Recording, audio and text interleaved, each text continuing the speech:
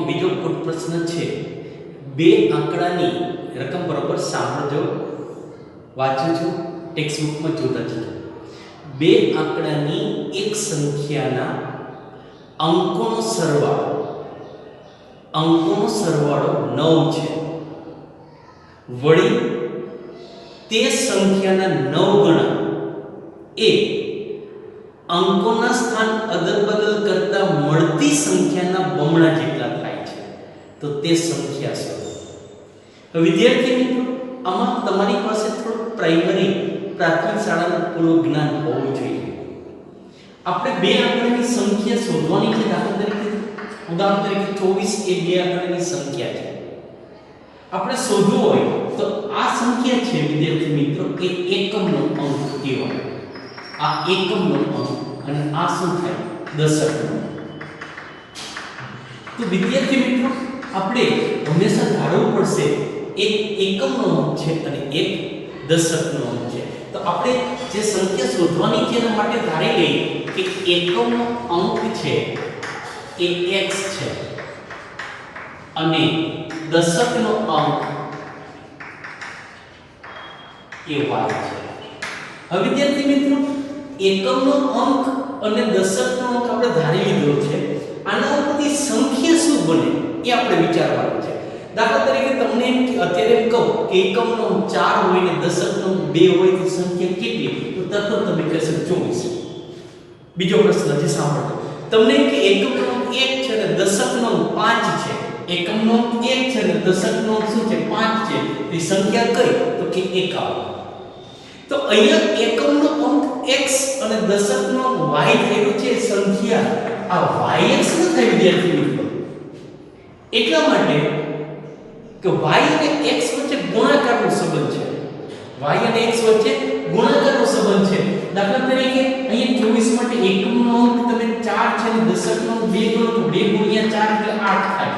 તો એ સંખ્યા 24 નથી. તો અહીંયા ખરેખર બે આંકડાની સંખ્યા કઈ રીતે બને છે?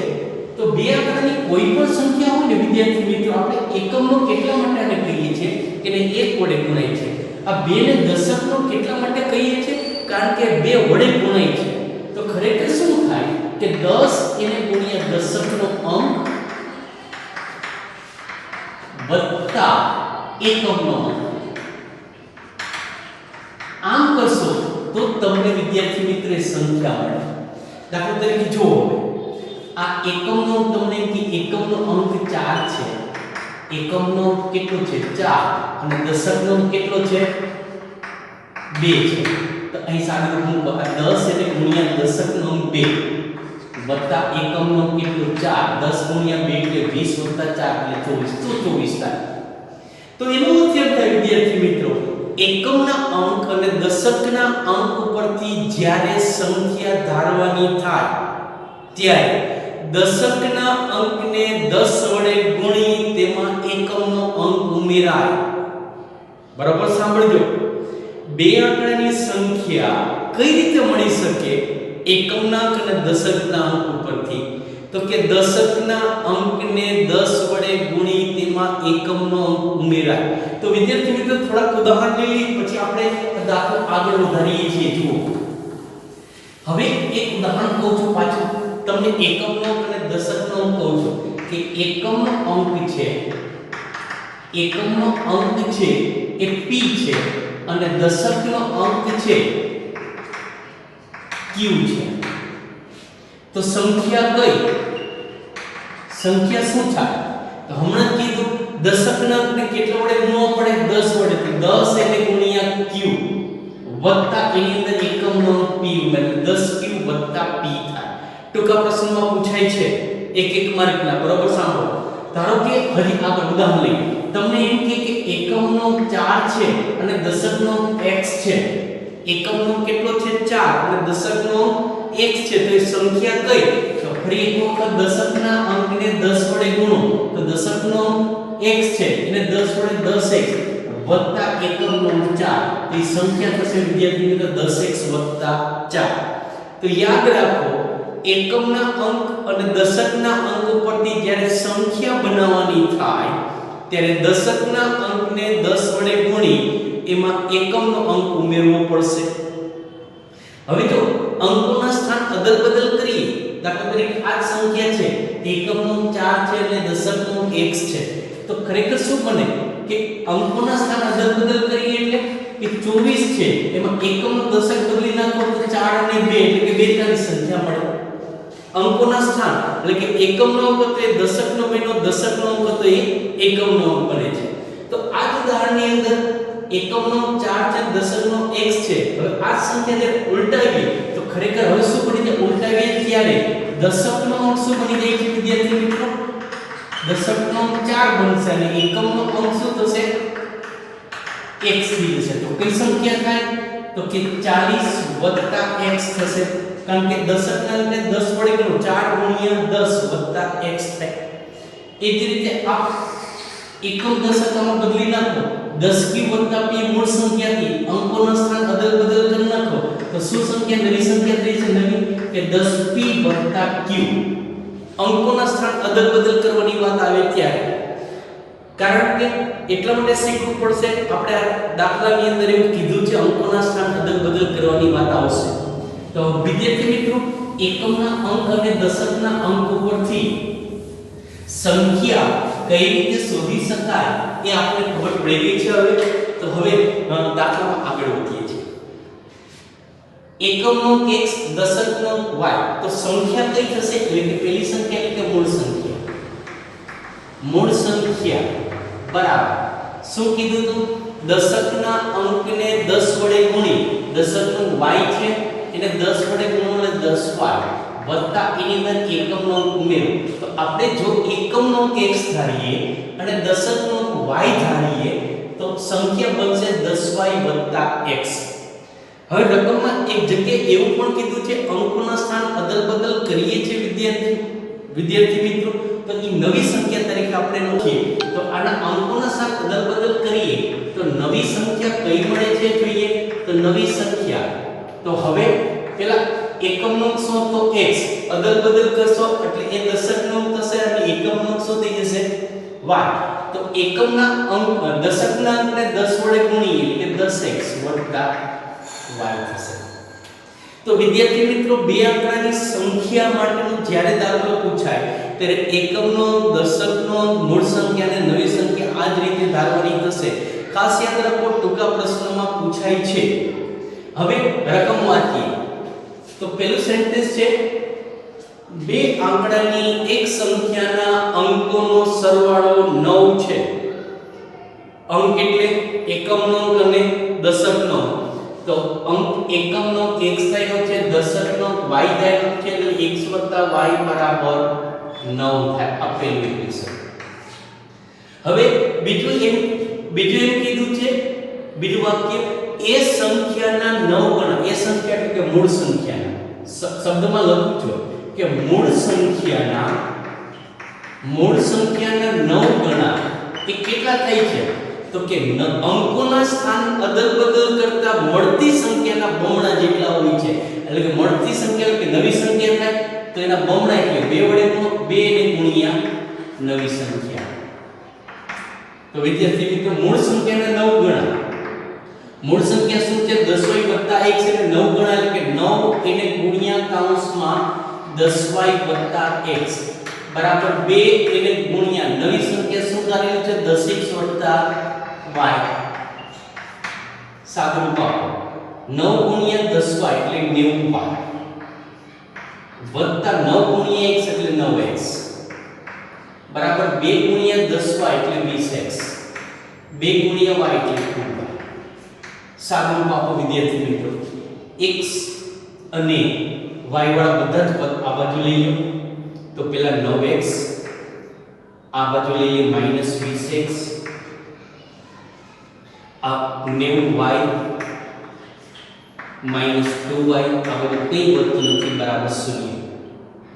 સારું, 9x માંથી 20x બાદ કરો એટલે -11x, 90y છે એમાંથી 2y છે એ આપણે બાદ કરીએ તો 90 માંથી 2y બાદ કરીએ તો +88y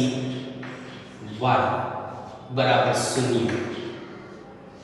આમાં 11 કોમન છે વિદ્યાર્થી મિત્રો, 11 કોમન કાઢી ઉડાડી દો સીધું, 11 88 10 એટલે -x વત્તા 8y બરાબર 0. તો વિદ્યાર્થી મિત્રો આપણને આ બીજું સમીકરણ મળી ગયું, -x વત્તા 8y બરાબર 0.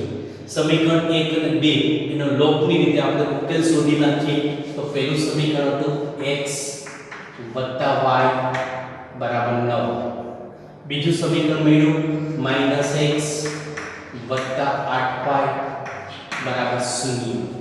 -x વત્તા 8y બરાબર 0. આ સમીકરણ નંબર 1 હતું. આ સમીકરણ નંબર 2. એક સમાન છે, નિશાની અલગ અલગ છે, કઈ કરવું પડે એમ છે. x ઓછા x એટલે 0, y વત્તા 8y એટલે 9y, 9 વત્તા 0 એટલે 9. તો y બરાબર 9 એના છેદમાં 9. તો y ની કિંમત 1 મળે છે વિદ્યાર્થી મિત્રો. તો y બરાબર 1 ની કિંમત સમીકરણ 1 માં મૂકતા જો પહેલું સમીકરણ x y બરાબર 9. તો x y ની કિંમત 1 બરાબર 9. તો x બરાબર 9 minus 1 x બરાબર 8. તો x બરાબર 8 મળી ગયા, y બરાબર 1 મળી ગયા. માટે સંખ્યા એટલે કે મૂળ સંખ્યા શું ધારી લીધી આપણે? 10y વત્તા x. આ 10y વત્તા x. તો 10 એની મૂલ્ય y ની કિંમત કેટલી આવી? 1 અને x ની કિંમત 8. 10 * 10 વત્તા 8 એટલે સંખ્યા કેટલી થશે? 18 થશે. બરોબર છે વિદ્યાર્થી મિત્રો. તો આ રીતે બે આંકડાની સંખ્યાઓ છે એના કુલ પ્રશ્નો છે વિદ્યાર્થી મિત્રો આપણે ગણવા પડશે. વિદ્યાર્થી મિત્રો એક્સરસાઇઝ 2 માં ત્રીજી રકમ છે નુરી અને સોનુની ઉંમર વિશેની વાત કરેલી છે. હવે વિદ્યાર્થી મિત્રો એક સ્પષ્ટતા કરી દઈ.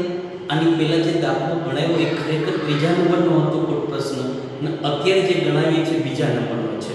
એટલે ઇન્ટરચેન્જ થઈ ગયું છે ક્રમની અંદર. તો ક્રમ સાથે કોઈ સંબંધ નથી, ક્રમમાં દાખલા આપણે આવતા જાય છે. હવે વિદ્યાર્થી મિત્રો સાંભળો, રકમ છે બરોબર, હું બોલું છું શાંતિથી સાંભળો કે 5 વર્ષ પહેલા, અત્યારે નહીં, 5 વર્ષ પહેલા નૂરીની ઉંમર સોનુની ત્યારની ઉંમર કરતાં 3 ગણી હતી. 5 વર્ષ પહેલા નૂરી અને સોનુની ઉંમરનું કમ્પેરિઝન કરે છે ત્યારે નૂરીની ઉંમર છે એ સોનુ કરતાં 3 ગણી હતી. આ પહેલું વાક્ય છે. બીજું વાક્ય એમ કીધું છે કે 10 વર્ષ પછી, અત્યાર કરતાં 10 વર્ષ પછીની વાત કરેલી છે. 10 વર્ષ પછી નૂરીની ઉંમર એ સોનુની ત્યારની ઉંમર કરતાં બમણી થશે. તો બંનેની હાલની ઉંમર શોધો. તો જે શોધવાનું હોય એ હંમેશા ધારી લેવાય. વિદ્યાર્થી મિત્રો અહીંયા આપણે ધારેલું છે કે નૂરીની હાલની ઉંમર x વર્ષ છે અને સોનુની હાલની ઉંમર y વર્ષ છે. આપણે બંનેના સમીકરણો છે એ બનાવવા છે. તો પેલી લીટી લખું છું વિદ્યાર્થી મિત્રો કે 5 વર્ષ પહેલા નૂરીની ઉંમર એ કેટલી છે? તો કે સોનુની ઉંમર કરતા 3 ગણી છે. જો વિદ્યાર્થી મિત્રો આ પેલું વાક્ય છે, પણ આ જે ઉંમરની વાત છે નૂરીની ઉંમર, પણ એ કેટલા વર્ષ પહેલાની વાત છે? 5 વર્ષ પહેલા. તો આપણે 5 વર્ષ પહેલા નૂરીની ઉંમર લખવાની છે. અત્યારે નૂરીની ઉંમર કેટલી છે? x વર્ષ છે. તો 5 વર્ષ પહેલાની વાત હોય તેમાંથી 5 વર્ષ બાદ કરવો પડે ને. દાખલા તરીકે અત્યારે કોઈની ઉંમર છે 14 વર્ષ હોય તો 5 વર્ષ પહેલા કેટલી ઉંમર છે આપણે શોધવું હોય તો 14 - 5 વર્ષ કરવા પડે એટલે કે 9 વર્ષ થાય. તો અહીંયા અત્યારે નૂરીની ઉંમર છે વિદ્યાર્થી મિત્રો એ x વર્ષ છે. તો 5 વર્ષ પહેલાની ઉંમર કેટલી? તો કે x - 5 વર્ષ થાય. તો 5 વર્ષ પહેલા નૂરીની ઉંમર કેટલી છે? તો કે x - 5. એ એટલે બરાબર નિશાની કેટલી છે કે સોનુની ઉંમર કરતા, એટલે કે સોનુની ત્યારની ઉંમર એટલે 5 વર્ષ પહેલાની. તો અત્યારે સોનુની ઉંમર y વર્ષ છે તો 5 વર્ષ પહેલા એની ઉંમર કેટલી હોય વિદ્યાર્થી મિત્રો? તો કે y - 5. સોનુની ઉંમર ત્યારે y - 5 એના કરતા 3 ગણી છે. ગણી એટલે ગુણાકાર. કેટલા વડે 3 ગણી કીધું છે એટલે 3 વડે ગુણાકાર. તો ઇક્વેશન બને x - 5 = 3 એને ગુણ્યા y - 5. આનું સાદુરૂપ આપી અને આ સમીકરણને આપણે દ્વિચલ સુરેખ સમીકરણ સ્વરૂપમાં ગોઠવી નાખીએ. તો સાદુરૂપ આપી આ x - 5 બરાબર કૌંસ છોડી નાખીએ 3y - 5. આ y વડે પદ આ બાજુ લઈ લઈએ છે અને -5 ને એ જમણી બાજુ લઈ જઈએ છીએ. જો તો x આ 3y આ બાજુ છે -3y આ બરાબર -15 અને -5 આ બાજુ જશે +5. સાદુરૂપ આપી x - 3y બરાબર -15 + 5 એટલે -10. આ ઇક્વેશન નંબર 1. હવે વિદ્યાર્થી મિત્રો રકમ લખતો નથી, બીજી લીટી બરોબર વાંચો. એમ કીધું કે 10 વર્ષ પછી નુરીની ઉંમર, તો અત્યારે નુરીની ઉંમર કેટલી છે? x વર્ષ છે. તો 10 વર્ષ પછી, તો પછી કીધું છે એટલે એડ કરવો પડશે. અત્યારે ધારો કે તમારી ઉંમર 14 વર્ષ છે વિદ્યાર્થી મિત્રો, 10 વર્ષ પછી તમારી ઉંમર 24 વર્ષ થાય છે. શા માટે? કે 14 + 10 વર્ષ કર્યા. તો અહીંયા 10 વર્ષ પછીની વાત છે કે 10 વર્ષ પછી નુરીની ઉંમર. તો અત્યારે નુરીની ઉંમર x વર્ષ છે, 10 વર્ષ પછી x + 10. 10 વર્ષ પછી નુરીની ઉંમર એ કેટલી છે કે સોનુની ત્યારની ઉંમર કરતા બમણી થશે. સોનુની અત્યારે ઉંમર કેટલી છે? y વર્ષ. એટલે કે 10 વર્ષ પછીની ઉંમર કેટલી થશે? y + 10 એના કરતા બમણી છે. એટલે કેટલા વડે ગુણો? 2 વડે ગુણો. તો સમીકરણ બને x + 10 = 2 એને ગુણ્યા કૌંસમાં y + 10. તો વિદ્યાર્થી મિત્રો આનું સાદુરૂપ આપી અને દ્વિચલ સુરેખ સમીકરણના સ્વરૂપમાં આપણે ગોઠવીએ તો 2 નો y સાથે ગુણાકાર 2y અને 2 નો 10 સાથે ગુણાકાર 20. y વાળું પદ આ બાજુ લઈ લઈએ છીએ x - 2y બરાબર 20. આ 10 આગળ જશે -10.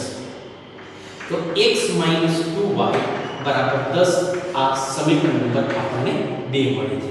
વિદ્યાર્થી મિત્રો સમીકરણ 1 અને સમીકરણ 2 છે એનો લોગની રીતે ઉકેલ શોધી અને x અને y ની કિંમત શોધી લઈએ. એનો અર્થ એ થાય કે નુરીની ઉંમર અને સોનુની ઉંમર આપણે મળી જશે. તો પહેલું સમીકરણ છે x - 3y બરાબર -10.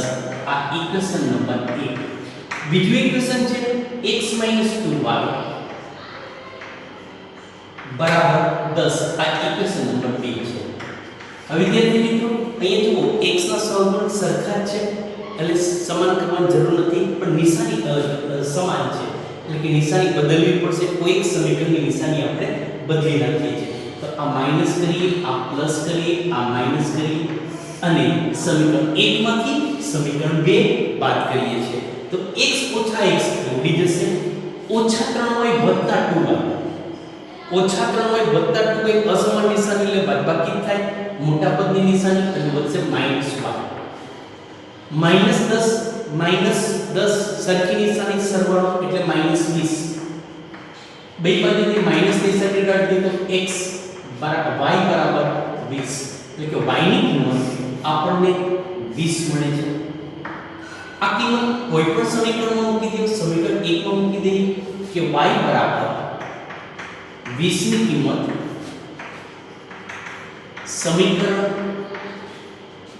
1 માં મૂકતા માટે આ x - 3 એને ગુણ્યા y એટલે 20 બરાબર -10.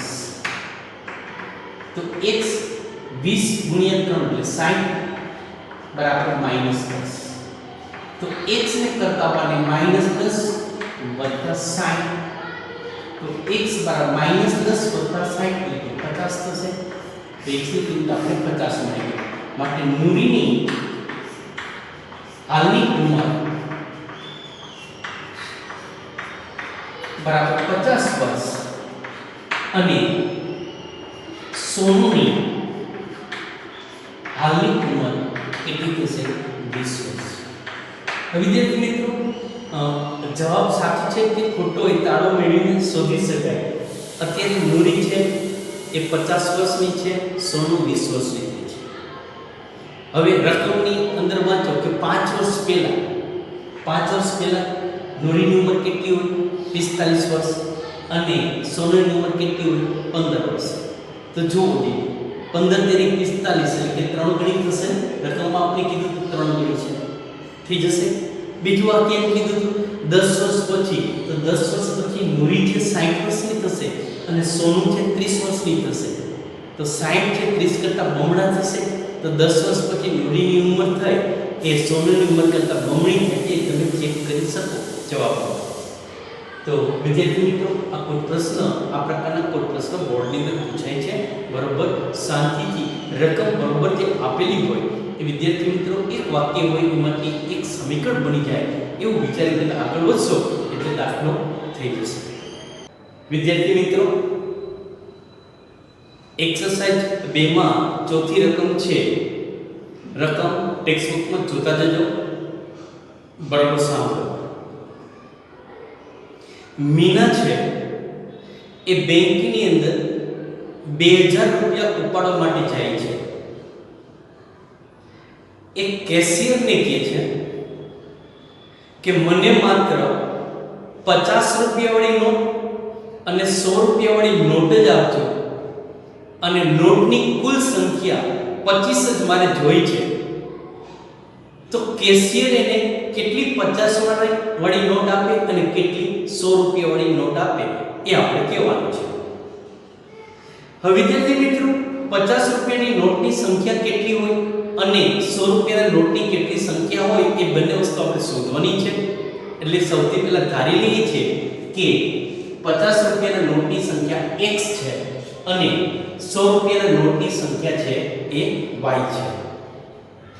હવે રકમમાં એમ કીધું છે મીના કેશિયરને કહે છે મારે 25 નોટ જ કુલ જોઈ છે. તો એનો અર્થ એમ થાય કે બંને નોટની કુલ સંખ્યા 25 છે એટલે પહેલું ઇક્વેશન આપણે મળીએ x y = 25.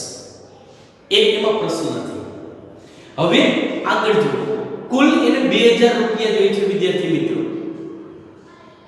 દાખલા તરીકે ઉદાહરણ આપો કે તમારી પાસે 50 રૂપિયાના નોટની સંખ્યા 4 હોય. સાંભળજો બરોબર, 50 રૂપિયાના નોટની સંખ્યા 4 હોય તો 50 ગુણ્યા 4 એટલે 200 રૂપિયા થાય. તો અહીંયા 50 રૂપિયાના નોટની સંખ્યા x છે એટલે 50x રૂપિયા અને 100 રૂપિયાના નોટની સંખ્યા y છે એટલે 100y રૂપિયા થયા. એ બંને રૂપિયાનો સરવાળો 2000 રૂપિયા થાય છે. તો બીજું ઇક્વેશન બન્યું 50x + 100y = 2000. હવે વિદ્યાર્થી મિત્રો, આ ઇક્વેશન એવું છે, આમાં કોમન નીકળે છે ત્રણે ત્રણ, એટલે કોમન કાઢી ઉડાડી દઈએ છે. 50 કોમન નીકળે x, 50 * 100 એટલે 2y, 50 * 40 એટલે 2000 થાય. તો આપણે બીજું ઇક્વેશન મેળવ્યું x + 2y = 40. વિદ્યાર્થી મિત્રો, તો સમીકરણ 1 અને સમીકરણ 2 નો લોકની રીતે આપણે ઉકેલ શોધવાનો છે. તો x + y = 25 એમનો, x + 2y = 40 એ બીજું સમીકરણ એમનું રાખ્યું છે. અહીંયા વિદ્યાર્થી મિત્રો જો આ x અને x સહગુણક સરખા છે, માત્ર નિશાની બદલવાની જરૂર છે.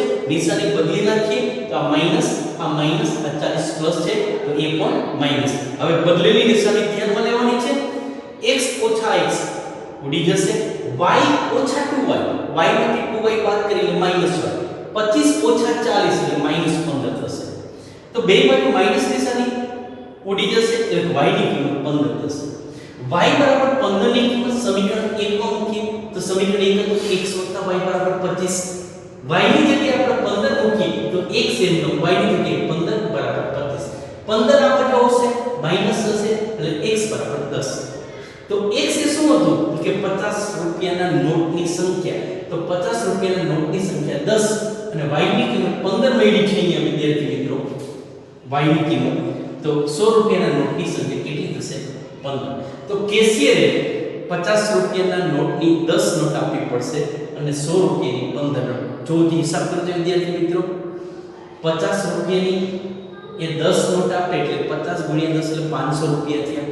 100 રૂપિયાની 15 નોટ આપે એટલે 1500 રૂપિયા, 500 + 1500 એટલે 2000 રૂપિયા થઈ ગયા. કુલ નોટની સંખ્યા 10 + 15 એટલે 25 પણ થઈ ગઈ. તો આ રીતે આપણે આ કોઈ પ્રશ્ન છે એ ઉકેલવો પડશે. વિદ્યાર્થી મિત્રો, આગળના માર્ચ 2020 ની અંદર આ પ્રકારની કોઈ પ્રશ્ન પૂછાયેલો હતો. હવે એ પછીનો પાંચમો કુટ પ્રશ્ન છે વિદ્યાર્થી મિત્રો, ચોથી એકમ છે.